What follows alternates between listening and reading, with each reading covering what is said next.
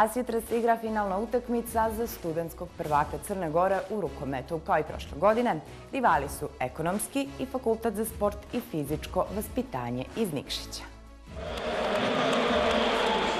Veliko rukometno finale studentske lige, još jedan obračun ekonomista i difovaca odredit će studentskog prvaka Crne Gore. Prošle godine, predvođen iskusnim Igorom Markovićem, difovci su uzeli pehar koji su tada čuvali ekonomisti.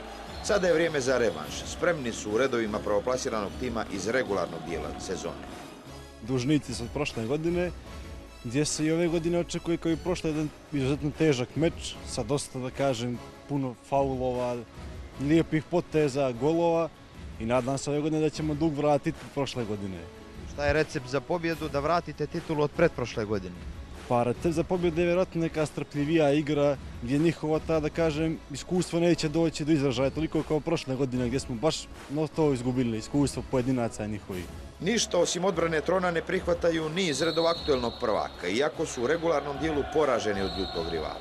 Daćemo sve od sebe da ove godine isto trofej ostane na našem fakultetu i da nastavimo tradiciju prošle godine koju smo započeli.